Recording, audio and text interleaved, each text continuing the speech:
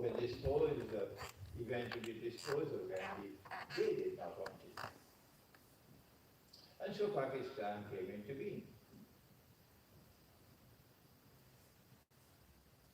The mistake which was made, and we're paying a terrible price for that mistake now. And perhaps you have to show compassion for Tina, because he was ill, he would die soon, and there was tremendous amount of havoc and all these things in the partition. So you have to excuse him. The mistake which was made was that on the day that Pakistan was born, Muhammad Ali Jinnah should have addressed India and say to India, this was not our choice. It was not our choice to part from you. Our choice was to live together. Like the Khilafat movement and Gandhi wanted to live together. That was our choice. Your leaders did not allow us to succeed. But we say to you today that Pakistan is born. We say to you that that still remains our preference.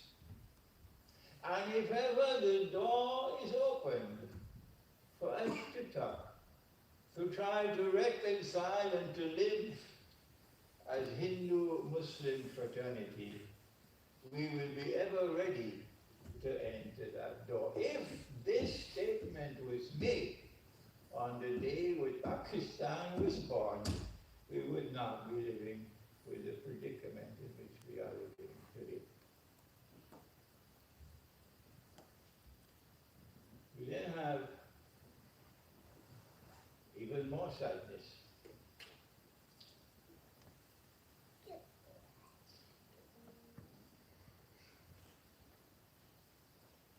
For which the Indian Muslims are paying the price. That from the day that Pakistan was born, it never had the freedom to have its own government. From the day that Pakistan was born, Pakistan never had the freedom to have its own government. With leaders who put Pakistan first and take decisions on the basis of loyalty to their own people. From the day that Pakistan was born, Washington has always consistently sought to determine who is in charge in Pakistan. And what we just had recently is yet another example of Washington taking over. You cannot appoint a chief of staff of the Pakistan Armed Forces without permission from government, from Washington. So Pakistan became, excuse my language, an American puppy dog. An American puppy dog. And India, Hindu India, was moving in a direction consistently in the same direction. That we will not accept the creation of Pakistan. We want to undo it. And if we have to do it by force, we'll do it. We do not accept Pakistan. So when Pakistan follows this monstrously foolish and sinful policy of being an American puppy dog, the answer is that the plight of the Indian Muslims become worse. Because Allah has prohibited Muslims in the Quran from ever being friends and allies of an alliance of Jews and Christians. And it is that alliance of Jews and Christians which today is known as the Zionist alliance and controls power in the modern way. It does not control power in Russia. It does not control power in China. But it does control power modern West. But the strange thing is, Allah in His kindness has blessed me to penetrate and understand certain verses of the Quran pertaining to eschatology, because I have done an enormous amount of work preparatory. I have done the planting and now I'm reaping in understanding the Quran. So when I explain this verse of the Quran, as no one perhaps had ever explained it before, it made sense. Here is the verse, which shows that Pakistan's history as a puppy dog of America was in conflict with the Quran. And Turkey's membership in NATO is in conflict with the Quran. But the Darul Uloom would not listen to me. I've done everything I can to teach them, but they would not listen to me.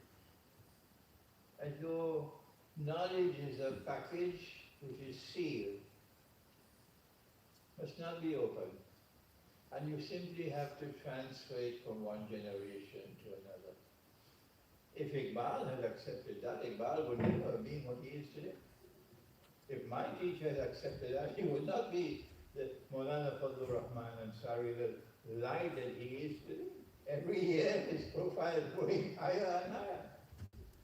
If I had followed that methodology that they have in the Darul, I would not be what I am today. Here is the ayah. And remember, you never take one verse of the Quran in isolation by itself, because you could make a mistake. You have to study the Quran the way you studied it. Come on, help me. Stars. The stars. Which surah of the Quran tell you that? Come on, help me. Waqiyah. Surah Al-Waqiyah. فَلَا أُقْسِمُ بِمَوَاقِعِ النُّجُومِ. And I take an oath by the position in which the stars are located. Go to that and you see. You must study the Quran the way you study the stars. Now let's go to this verse of the Quran. And Allah subhanahu wa ta'ala gives a command. And when Allah gives a command, a Muslim must submit. If you don't, he'll throw you to the hellfire. You have to submit to him, otherwise you are kafir. If you don't submit to him, you are kafir. Ya ayyuhalladhina amanu, O you who have faith in Allah, la tattakhidhu al-yahuda wal-nasara awliya. Do not take Jews and Christians as your friends and allies. Ba'duhum awliya'u ba'd, who are friends and allies of each other. Did you hear? Do not take Jews and Christians as your friends and allies. Ba'duhum awliya'u ba'd, who are friends and allies of each other.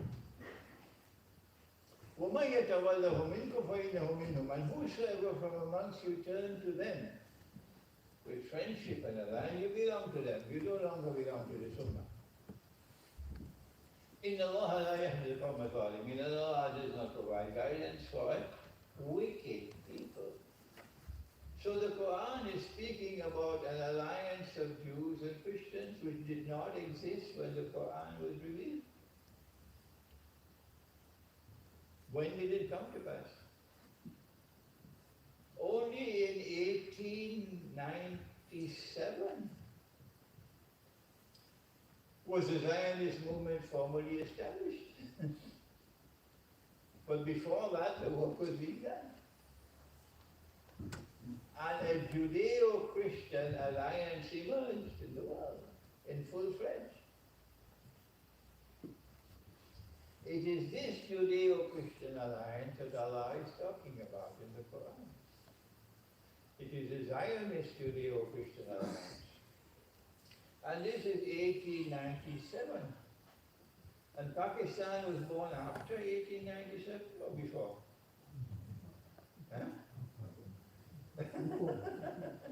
Huh? How long after was Pakistan born? This is 1897. Ready? So where are the scholars when Pakistan is born in 1947 to ensure that Pakistan is not embraced by that Judeo-Christian Western alliance? Okay? But the people of Pakistan understand. The people of Pakistan have their hearts in the right place. They don't want to be a part of the puppy dogs of America. They don't want it. But what about the chief of staff of the armed forces? What about the political establishment? And they take US dollars and they betray the country. And so there is a failure on the part of those who are teaching the Quran in Pakistan to teach the people the Quran, that Allah in the Quran has prohibited us from maintaining friendly ties and being allies with the United States of America and Britain and the West. Is there any alim in Pakistan who have used this verse of the Quran to warn the people, warn the country?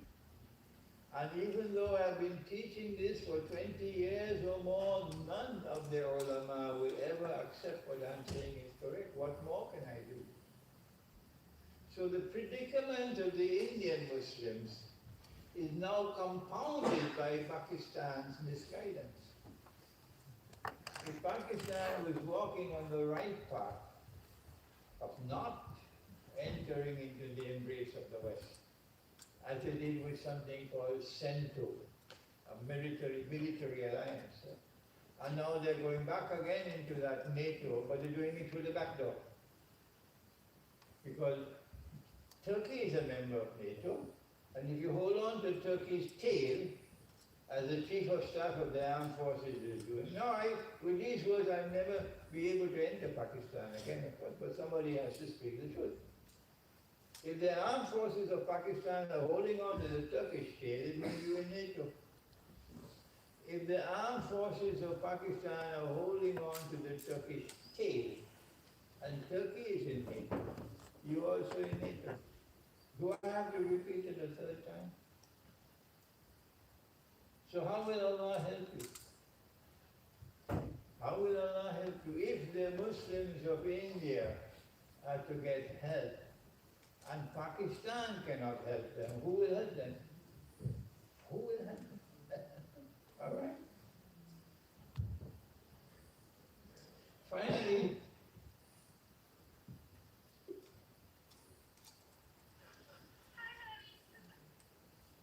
Muslims have been in India for centuries now.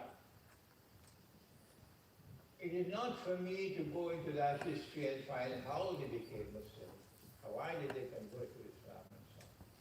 That's not my field.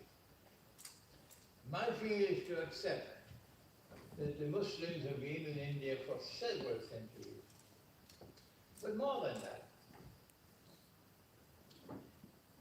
at the time when the British were leaving India, and at the time when the Khilafah, the Ottoman Khilafah was being abolished in Constantinople, the Indian Muslim scholars of Islam had the highest status in the whole world of Islam. This was no mean achievement. The world of Islam respected Indian Muslim scholarship. So then how come? I don't know the answer. Why is it that the effort was not made more than it was made enter into dialogue with Hinduism so that you will have Indian, Hindu-Muslim dialogue on religion. Instead, what we had was Guru Nanak making an effort. And the effort failed because what he did was to create a new religion. I don't think he wanted that. I believe he wanted to build bridges.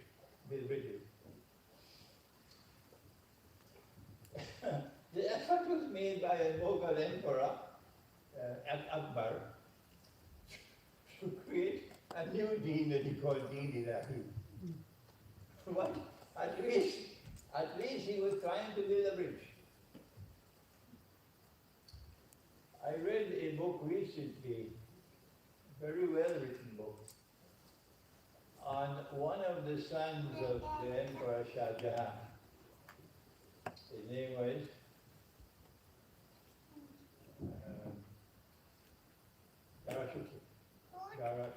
Muhammad Darashuki. And here was a mind, an intellect. It was a very fine intellect, a searching mind, and a good heart. And he also was struggling to have dialogue at the highest level, spiritual dialogue between Islam and Hinduism. And he did achieve some success. His success was so great that the present Indian government of Modi has decided to honor him and have a road in New Delhi named after him. That is a sign of his success. But I am struggling with this subject, but I have a suspicion that it was because of proper methodology that they failed, all of them. The same problem that we have with the Darul Uloom. And that if they had followed the methodology which produced Dr. Iqbal, if they had followed the methodology which produced my teacher Maulana Fazlur Rahman Ansari, if they had followed the methodology which has produced my scholarship, then it is possible that you could have had productive dialogue between Islam and Hinduism, in which you have shown greater respect for the Hindu religion. And you have recognized in Hinduism that which the Quran recognizes to be true. Is it too late for that to be done? I think so. I believe we missed the bus because we did not have the scholars to be able to establish that dialogue. I want to give you an instance of a Hindu Pandit in my native island of Trinidad. This Pandit was considered to be the leading Pandit in the country. Heads and shoulders above everybody. And his name was Doon Pandit. And his son is the one who told me of what this Pandit did. In one of the towns of Trinidad, there was a hurricane and the roof of the masjid was blown away. The Pandit lived in close by, and he went to the Imam. He said, Imam, your masjid roof is gone and Jummah is coming. I've come to offer you the mandir for your Jummah. Salatul Jummah. So the Imam said, Panditji, thank you for your offer. But how can we perform our salat in your mandir with all these, what they call multis, idols? Panditji said, no problem, I'll remove them all. I'll remove them all. The Pandit removed all the murtis, cleared the temple, and made it a place where Salatul Jummah could be held. The Imam then accepted the offer, and the Salatul Jummah was conducted in the Hindu mandir for 6 weeks. After which the temple, the roof of the masjid was repaired and we went back. I then found a book written on Doon Pandit in Trinidad, and I got the book. And I read the whole book, and there's no reference to this in the book. They left it out. And his own people were very angry with him for what he did. But here is the heart of the leading Hindu Pandit in Trinidad. And so, if we are to make an effort to establish dialogue, and we show respect for the Hindu religion, show respect for it. We judge people by their conduct, not just by their beliefs. And we find people whose hearts are not corrupted with hatred for Islam. And we were to establish dialogue with them. I want to suggest to you before I end that this would be a good start, if it's not too late. Finally, let me end with a warning from eschatology. The Jewish religion has been hijacked by the Zionist Jews. And their conduct and their behavior is contrary to the truth which has come from Nabi Musa alayhi salam. The Christian religion has been hijacked in the West to such an extent that a man can now marry another man and get a marriage certificate. The Hindu religion is hijacked today by Modi. His is a warmongering government with eternal hatred for Islam and Muslims. I feel sad to have to speak like this, but this is the truth. And wherever this lecture reaches in India, Hindus should recognize that I'm speaking the truth. That he and his government are hijacking the Hindu religion. And so there is a parallel between India and Israel and the West. So long as that parallel remains, it remains a hopeless state for the Indian Muslims. If that parallel is ever to be changed, we can't change it from outside. It is India's Hindus who will have to change it. To ensure that India does not run on the same parallel line with Israel and with the West. And so our way forward is my parting statement. The way forward is to reach out to that part of Hindu India whose heart has not as yet been corrupted with eternal hatred for Islam and Muslims, and to establish dialogue with them with the hope of being able to move forward in a positive way. I thank you. Wassalamu alaikum wa rahmatullahi wa barakatuh.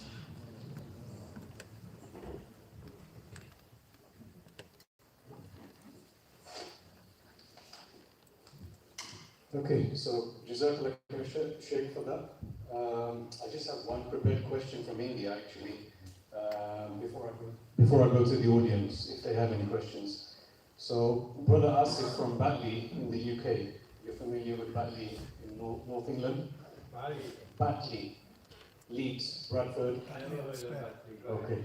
He's been listening to you for a long time and has returned to India about a month ago. He has a question for you regarding whether riba, tainted money, can be cleansed and used, or whether it should be gotten rid of, as its usage might only produce further problems as a result of Allah's punishment. If you get riba money, the interest which is paid on a deposit, then I advise you, wait until it is dark. The sun has gone down. Invite all the family members and also the children. Then put a little light, with a candle, it's nothing. And then explain to them what is riba. And after you explain to them, you show them the money. This is the riba money. And then put some petrol on it and burn it. And your children will never forget that. They will never forget that. One fellow in Australia, he did it. He did it. This is dramatic way of dealing with this subject. You can also burn it, you can bury it, you can throw it in the river, whatever you want. But don't tell me you can use it to build the toilets in the masjid. Don't tell me you can use it to pay the interest on your loan and so on. No. What is haram is haram. You cannot change haram and make it haram. Okay, next. So, if anyone... Remember, if you're asking the question, you might have to repeat it 5 or 10 times, okay? I'll repeat it for you. My hearing is declining. Yeah, go ahead. Assalamu alaikum, Sheikh, and welcome to London, Sheikh. With everything happening in Ukraine, I was wondering if you're aware of, I don't know how to describe it, a theory which is going around, which is, this is a longer term issue between those who originated from Khazaria, who converted to Judaism 1,000 years ago, almost at threat by the Russians because of their behavior, and that they've harbored a hatred for Russia all the way through history, and the end goal really is the dismemberment and the eventual destruction of Orthodox Russia, to bring it under their control once more. Are you familiar with this theory, or do you have any thoughts on that theory as well? And just one more small question on a personal level. I was actually, I am a journalist, I was a journalist, I used to work at RT, Russia Today. I left last year, and I was always, at the beginning of my career, encouraged and helped by a man called Morris, 108 Morris 108, and I was wondering if you had contact with his widow or his descendants, that we can support them, because I know that they were in some financial difficulty when he passed, and I haven't been able to get in touch with them myself. The problem is, when I answer it, I may not be answering the question he asked. Because I'm understanding part and I'm not understanding. About Morris. Is this working? Yeah. About Morris. Interview one as well. Interview. May Allah have mercy on his soul, Morris. He was dear to me, and we met several times. We had a very lovely friendship with each other. I knew that he died when he was in Cambodia. He married in Cambodia and he had a child. But I have no contact at all with his family. But may Allah open a way for them. Morris was a very dear soul. His parents were Jewish, but he never followed that line of Zionism. I am not sure whether I understood your first question about the Caesarean people and an eternal hatred for Russia. I was not even aware of that. Khazarians. Who? Khazarians. Khazaria, yeah. The Khazaria is way back in the past. Way back in the past. We don't have the concrete Khazaria today. You can't recognize them today. But what we do have is the Zionist Judeo-Christian Alliance, which appears to have its roots in Qataria. And the Zionist Judeo-Christian Alliance is at work in many parts of the world. We just saw it at work in Islamabad, and we saw it at work in Ukraine in 2014. But if we have, as Muslims, to make an assessment of the profile of Russia today, which is a post-Soviet Russia, post-communist Russia, post-atheist Russia, a Russia which is returning to the Orthodox Christian heart and soul. They have not completed that return. They're still trying to return.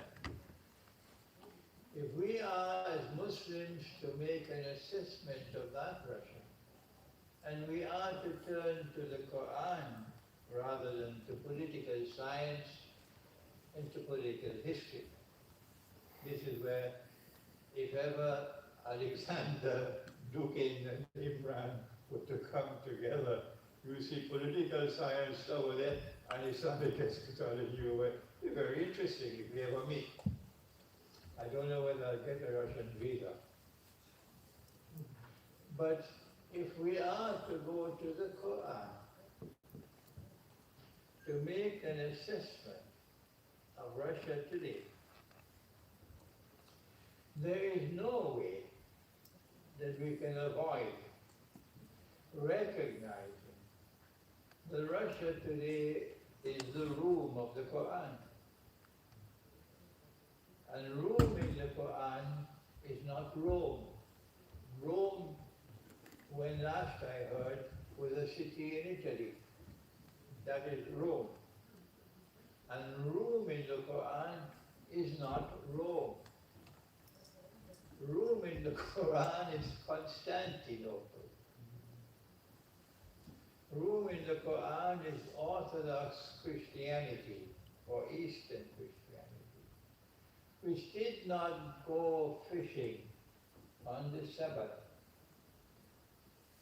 You know what I'm talking about? Do you know what I'm talking about? Look at that. It's the Quran. Surah Al-A'raf, we've got homework to do.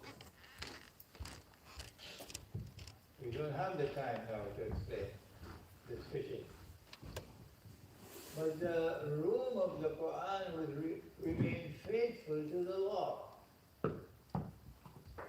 Whereas that part which broke away and went to the West and said, we don't care 2 peanuts for the law anymore. So that's why today a man can marry another man and get a marriage certificate. The Quran speaks positively about Rome. The Quran says that Allah will help Rome, and Rome will be victorious. And it did come to pass in the lifetime of the Prophet, alayhi salatu wassalam. And the Quran says there are 2 victories, min qabl wa min ba'd. And the second victory has not as yet come. Although so many commentators, because they have not studied eschatology, have declared that the conquest of Mecca is the second of the 2 conquests. Rome had nothing to do with the conquest of Mecca. And then finally, the Quran tells us that the people who follow Jesus, Allah will decide. You will not decide who is following Jesus. Don't bother. You will not decide that. Allah will decide. Don't bother. He will decide, not you, who is following Jesus. And Allah is going to raise them. وَجَعِلُوا الَّذِينَ اتَّبَعُوكَ فَوْقَ الَّذِينَ كَفَرُوا إِلَى يَوْمِ الْقِيَامَةِ. Surah Al Imran. And we're seeing it. Allah is going to raise them to a position of dominance over those who have rejected Him. And when He raises them to that position of dominance, they'll remain there until the end of the world. And I recognize it already. that Russia's sudden meteoric rise to military dominance in the world today is a fulfillment of this verse of the Quran. And Russia will remain there until the end of the world. If you have another view of the Quran, go ahead. This is mine. I have spent my entire life in the pursuit of knowledge. And I have been trained by great teachers, and I have been blessed with a methodology for the study of the Quran different from the Darul. But I always say, don't accept anything that I say, unless you're convinced that I'm correct. So I have a positive view of Russia, and I support Russia in Ukraine. And Russia is winning the war in Ukraine, despite the media. And Russia is willing to stop the war as soon as Russia achieves their objective, stop the war. But the West does not want the war to stop. So I anticipate sometime soon that the war is going to expand. When it does, I will not be surprised. Other countries are going to become involved. I don't know if I answered your question. You don't have paper to write a question?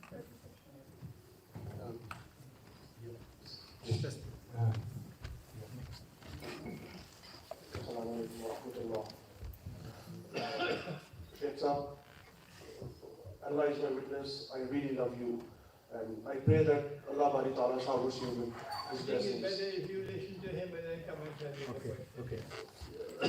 question. From your question. Yeah, my question. I'm from Hyderabad, Dakar, right? So we have a politician. I refuse to call him a political leader. He is a politician who has a. I refuse to. I am from Hyderabad. I am not understanding you. Please. The hearing is bad. If you would kindly tell him the question, because I wish you had paper to He wears a skull come cap, grows a beard, and he calls himself a Muslim. He is basically polarizing the Muslims. Right? So he is basically deceived. It's not. You don't have paper. What is the principle of what how will Sheikh suggest that we try to establish the Muslim community? And maybe go.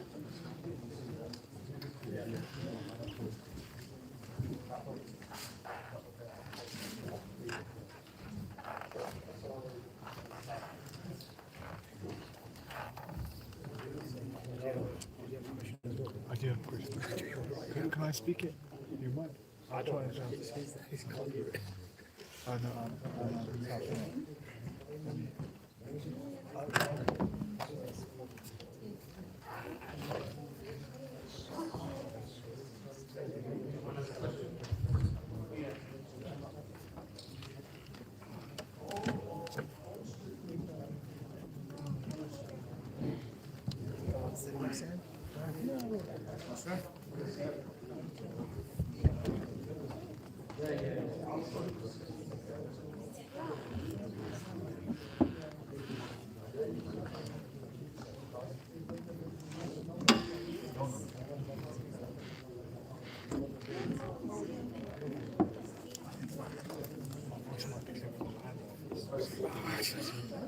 pretty clear.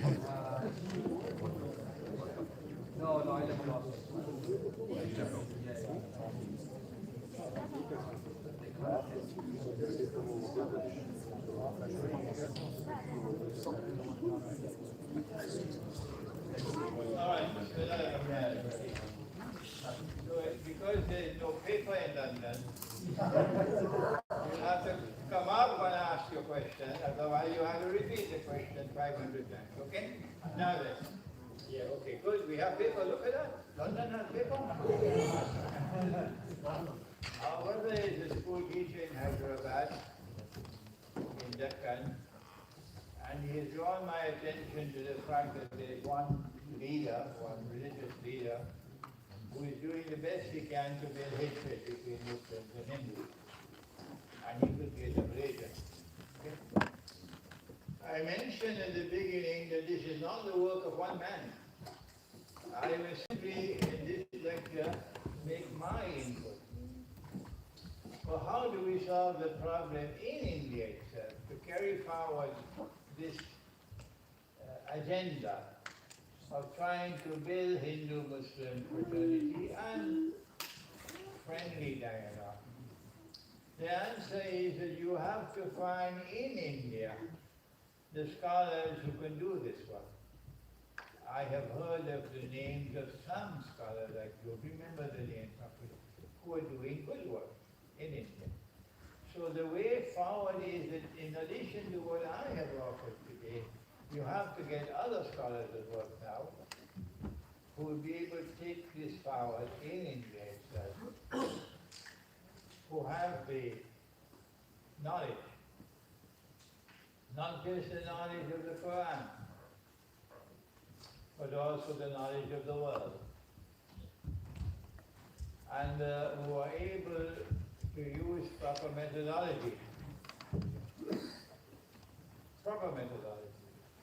for entering into dialogue with Hindus in order to succeed in building fraternal dialogue and fraternity. Yes, next question. Yeah, Sheikh, I'm just going to read out the question for you. Is the conquest of India yet to happen, as with Constantinople?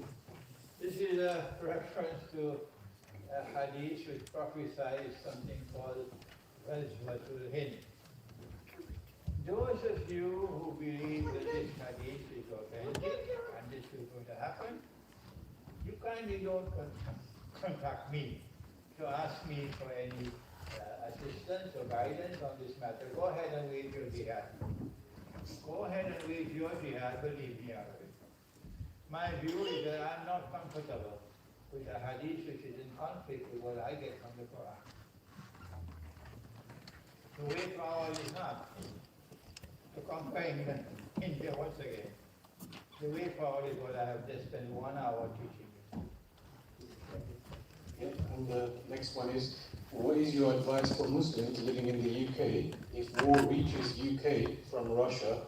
I think they're referring to some of the news reports about UK being sunk by missiles from Russia.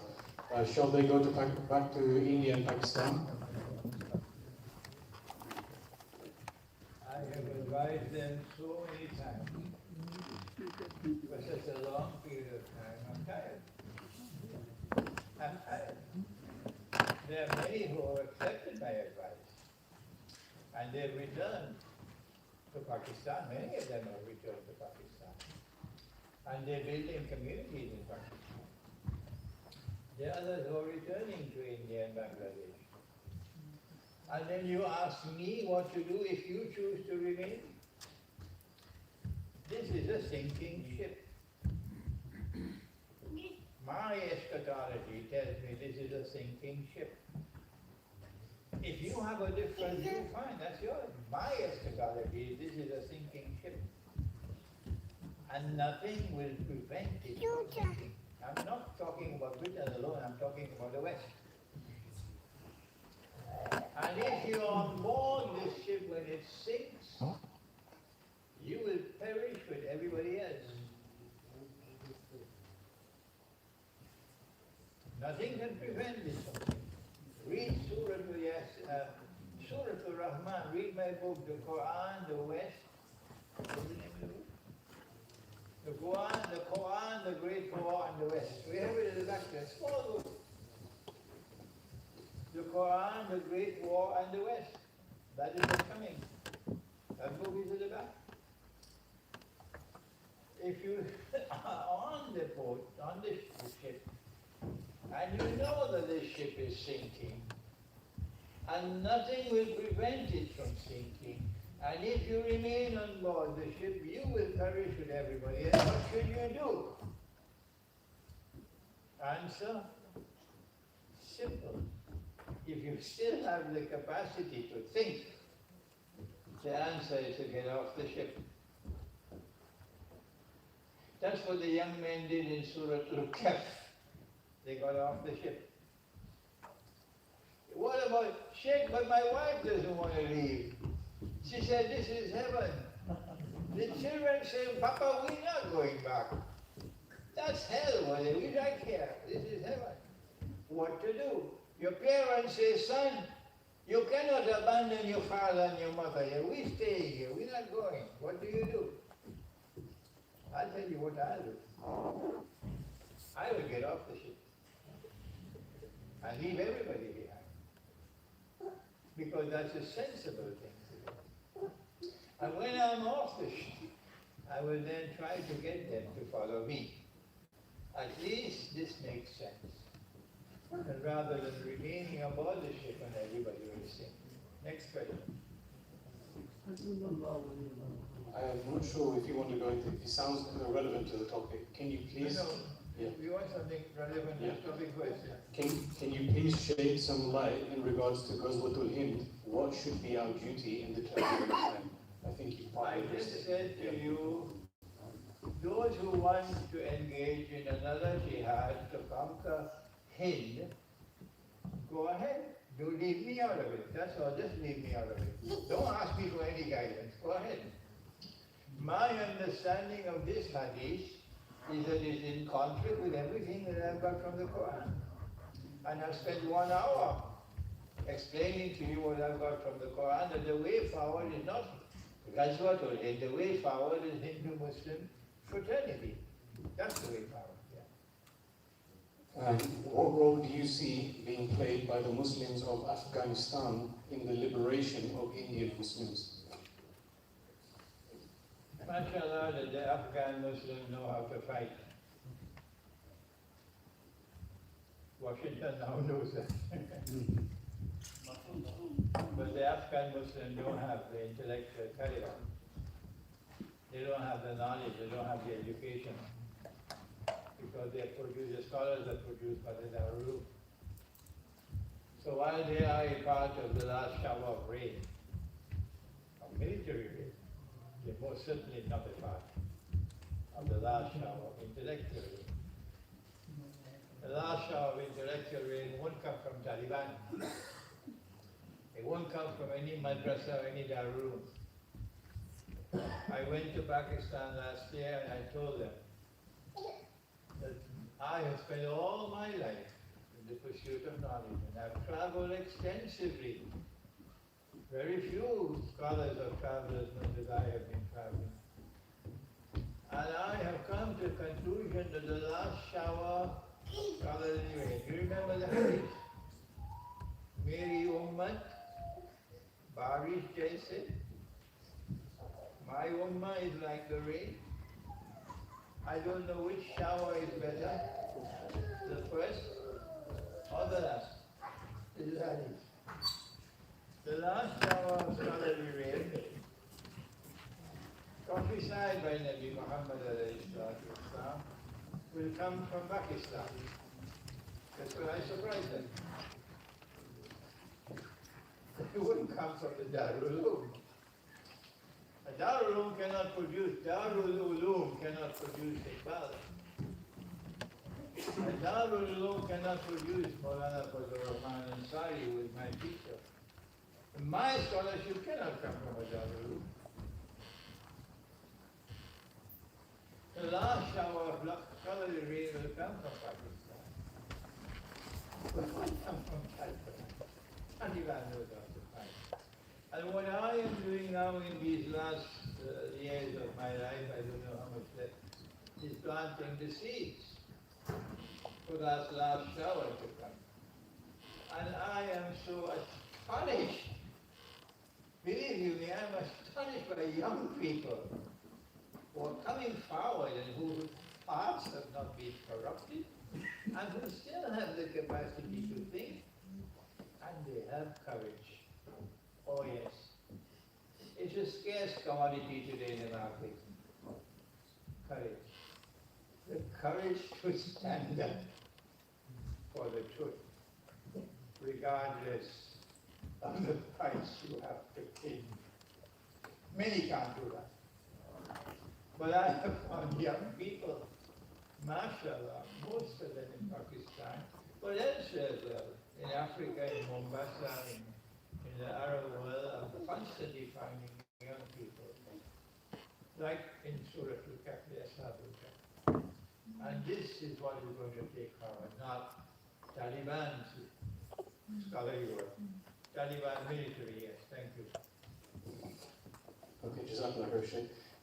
I'm a Muslim of African descent and wanted to ask if the Quran mentions anything about Africa and the end times, as we have a problem of a lot of people claiming to be prophets.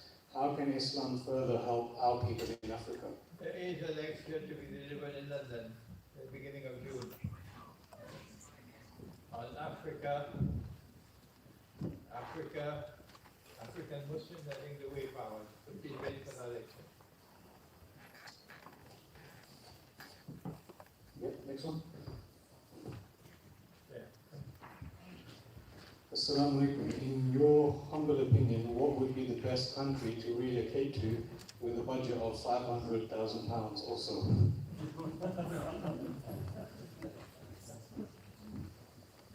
When you want to make hijrah, look to see the river and look to see the fire. Because Dajjal comes with two things, a river and a fire. But his fire is the river, and his river is the cool waters of the fire. Okay? So I would not remain in Britain, I'd go back to Pakistan. Oh yes. I'd go back to, of course I can't go back to Pakistan now when I'm telling the Chief of Staff of the Armed Forces, you are Yankee pop job. Somebody has to tell it to me. I can't go back to Pakistan now when I speak like this. I prefer not to return to Pakistan, but have the freedom to call a spade a spade. Yeah. But the mountains of the north of Pakistan, remember the Prophet said that the time will come when a believer will have to flee to the mountainsides. Mountains, places where rain falls. And take with them some sheep and goats. And the mountains in the north of Pakistan qualify. The mountains of Albania qualify. Okay? So I would not remain in Britain. But so many have chosen, despite the fact they know me, they listen to me, and they're not moving. They're remaining here. So don't ask me to help you when the fire comes. I will go back to Pakistan, I'll go back to Africa. Many have gone back to Africa after listening to me. Many have gone back. And they've gone back to Africa and they're building villages in different parts of Africa. Okay? So my answer to you is go back to where you came from, your forefathers. Go back to North Africa, to Algeria, to Morocco, to Tunisia, go back to India, go back to Pakistan. And don't remain here. Okay, Sheikh, you mentioned about Russia from the questions, so I'm picking up this question. Will Russia be the superpower or Israel?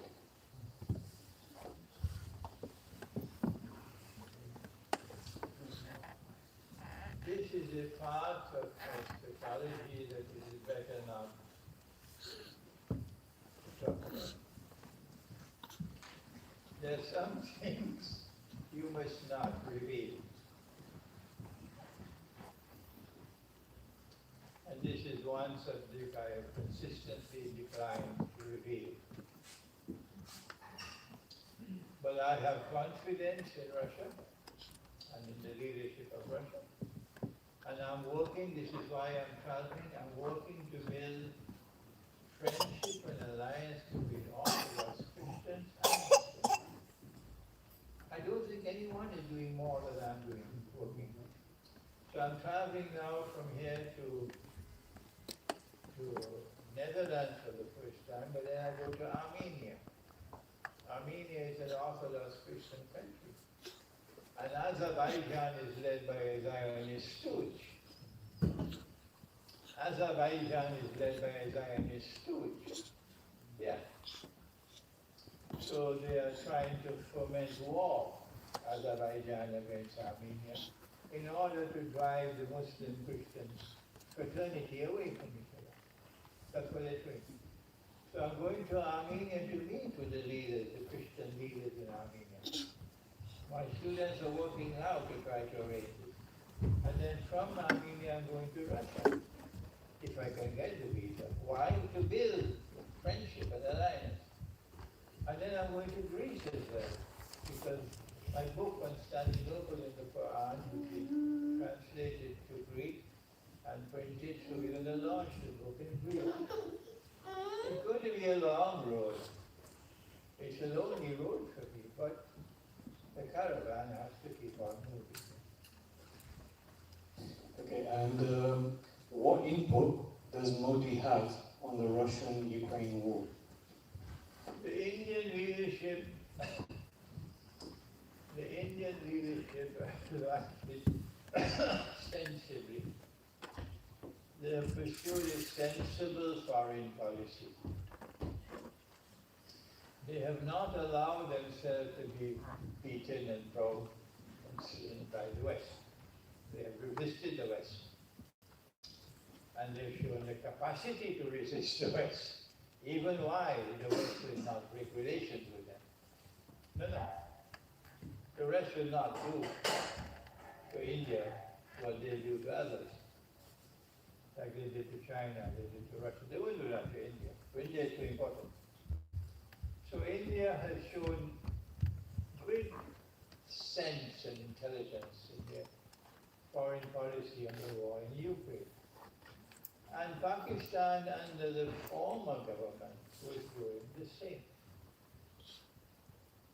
And then came the US dollar, and then you had a chief of staff of the Pakistan Armed Forces who revealed who he was now. And so Pakistan is now on the wrong road, and India is on the right road. This is our predicament. If you have scholars of Islam in Pakistan who have an understanding what the Quran is directing us to on politics and economics, without a word they don't teach it. They don't teach it. They could have made it, they could have got the Pakistani people to understand this manifest betrayal of the Quran that is taking place with this regime change in Pakistan. So my understanding is India is moving on the right path. Pakistan is moving on the wrong path.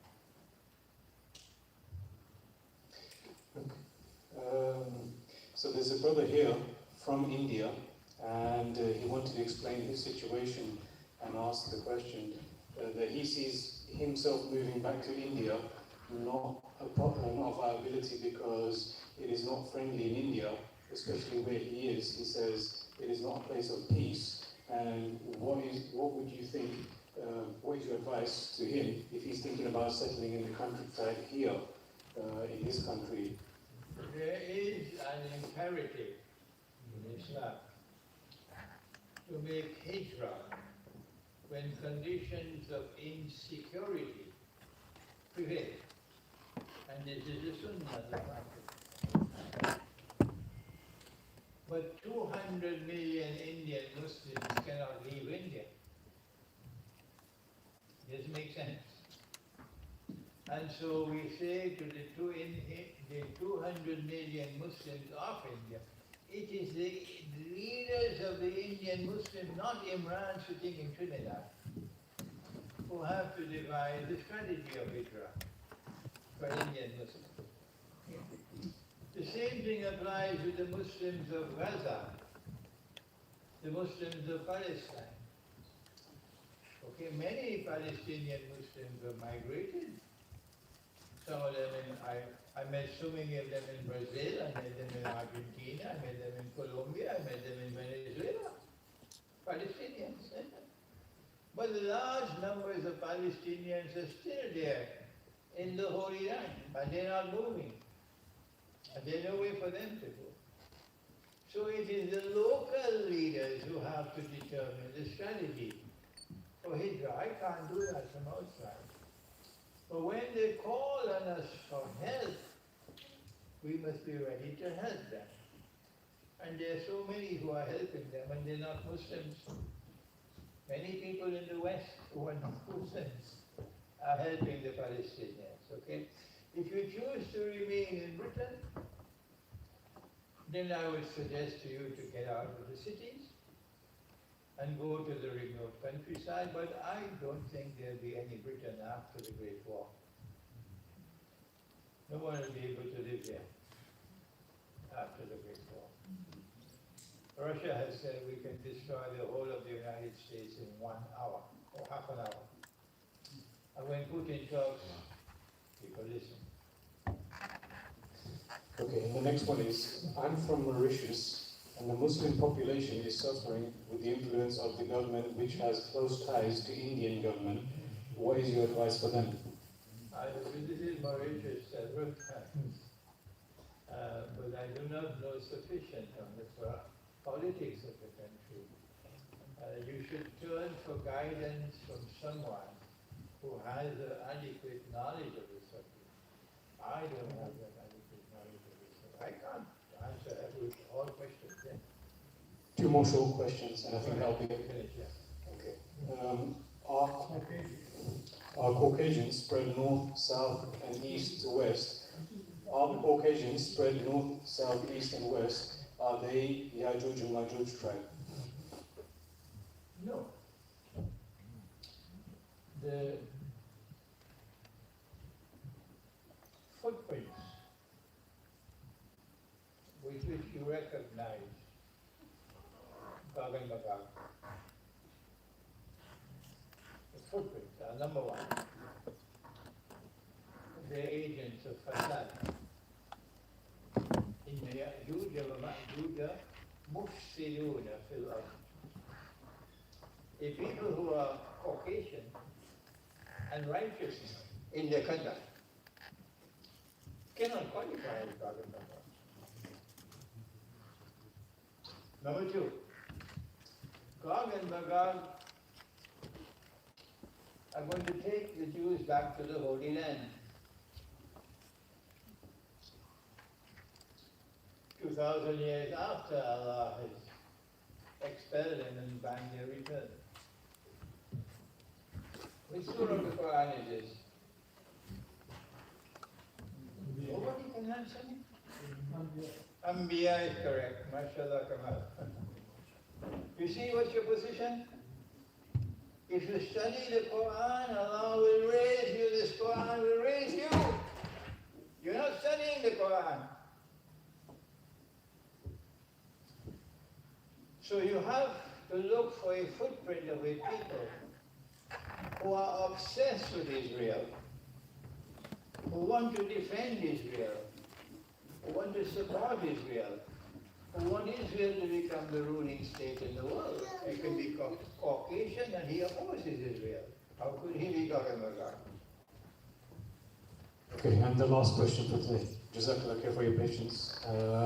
Does Germany have an influence on the Russia and Ukraine war?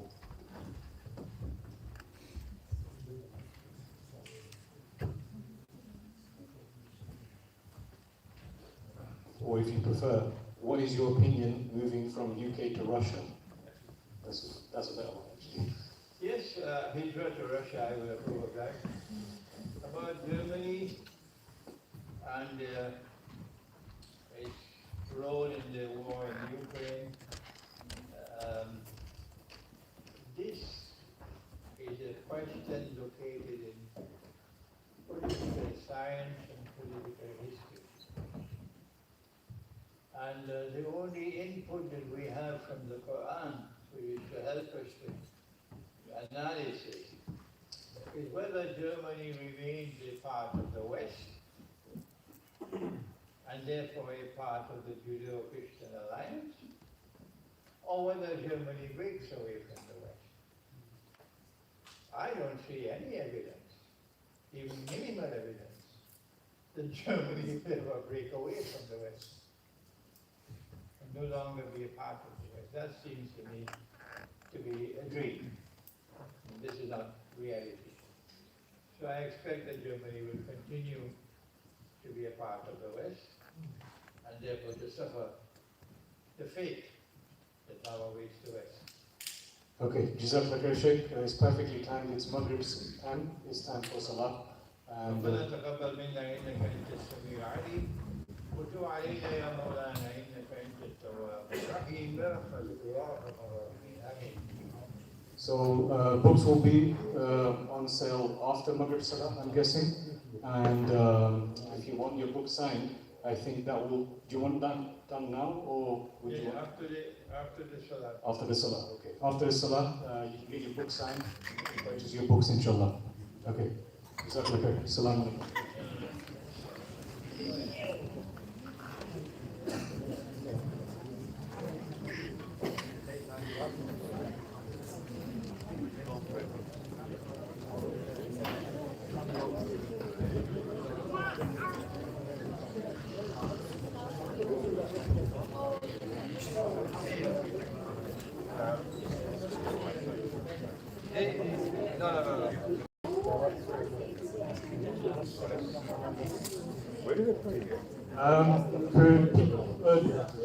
Yeah, but I might have started this. We could pray our Salah here, and if everyone can, maybe just